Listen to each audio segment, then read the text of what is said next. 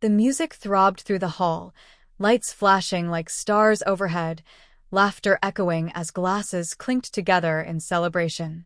But nothing that night prepared me for the moment my husband chose silence over words. His quiet departure cut through me more sharply than any outburst ever could, leaving me shattered in ways I didn't know were possible.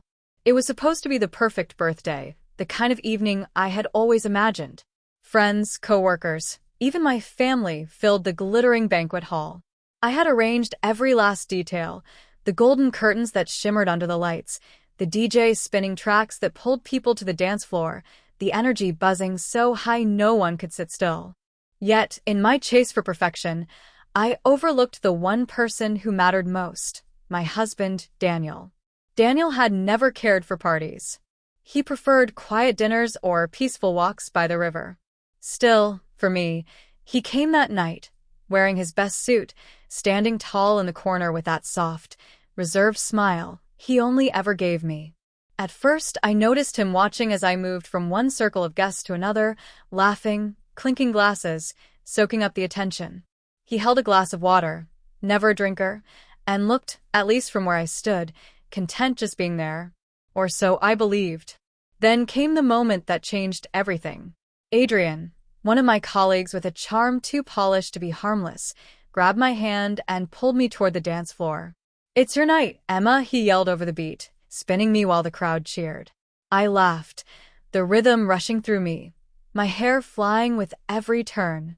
For a fleeting moment, I forgot everything else. I leaned into the dance, carefree, reckless, too reckless.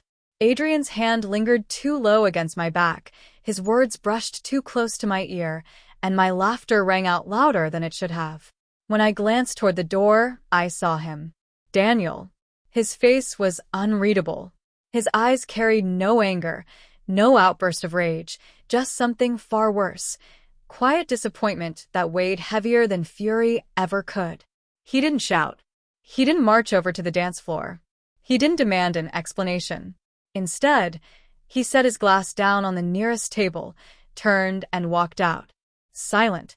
Swift. Final. My chest collapsed in on itself. Around me, the music played on, the lights flashed, the laughter continued, but inside, everything went dark. I pulled away from Adrian, ignoring his protests, and ran after Daniel. By the time I reached the exit, he was gone. His car wasn't in the lot, and there were no footsteps to follow. Only the hollow echo of his absence. Panic gripped me. I called. No answer. I texted, pleading, begging, but my screen remained cold and lifeless. The party continued. People gathered around to sing happy birthday, and I forced a smile, nodding, pretending. But inside, I was crumbling. The next morning, his side of the bed remained untouched. His suit was draped neatly over a chair, and on the nightstand lay his wedding ring. That was when it sank in. He hadn't just left the party. He had left me. The days that followed were torture. He ignored every message, every call. He checked into a hotel and refused to see me. When I went to his office, his secretary met me with a pitying shake of her head. Friends whispered that perhaps I had gone too far, that maybe I'd embarrassed him in front of everyone. But I knew it wasn't just about Adrian's hand or my laughter. It was about all the small wounds I had inflicted over the years without realizing. The dinners I missed. The countless social events I dragged him to, knowing how much he hated them. The way I sought the spotlight while he quietly existed in the background. 3 weeks later, I finally convinced him to meet me in a quiet cafe outside the city.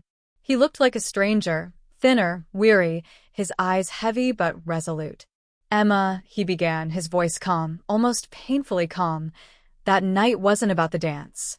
It was the moment I realized I don't belong in your world. I'm not part of it. I'm just there.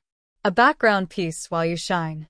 I thought I could live with it, but when I saw you with him, laughing in a way you never did with me, I knew. I had already lost you long before that night." Tears blurred my vision as I begged him to reconsider. "It was just a dance," I whispered. "Just one night." But he only shook his head. "No, Emma." It was years of silence. My silence at dinners while you scrolled through your phone.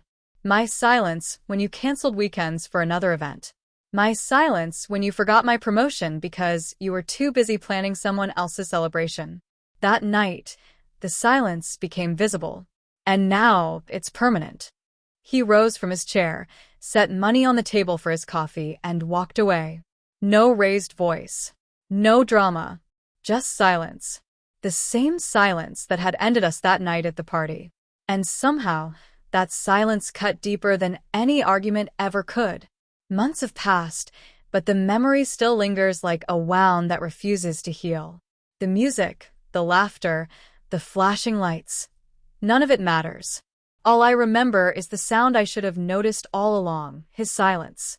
I didn't lose my husband to another woman, or to betrayal. I lost him to my own blindness. And the cruelest truth is that his silence still follows me. In the empty bed, in the stillness of mornings, in the phone that never lights up with his name. The world remembers my birthday as a night of glamour and celebration. I remember it as the night silence grew louder than sound, the night I lost the only man who ever truly loved me. And now, every time music plays, every time lights flash, I don't think of parties. I think of the quiet sound of his footsteps walking away from me forever.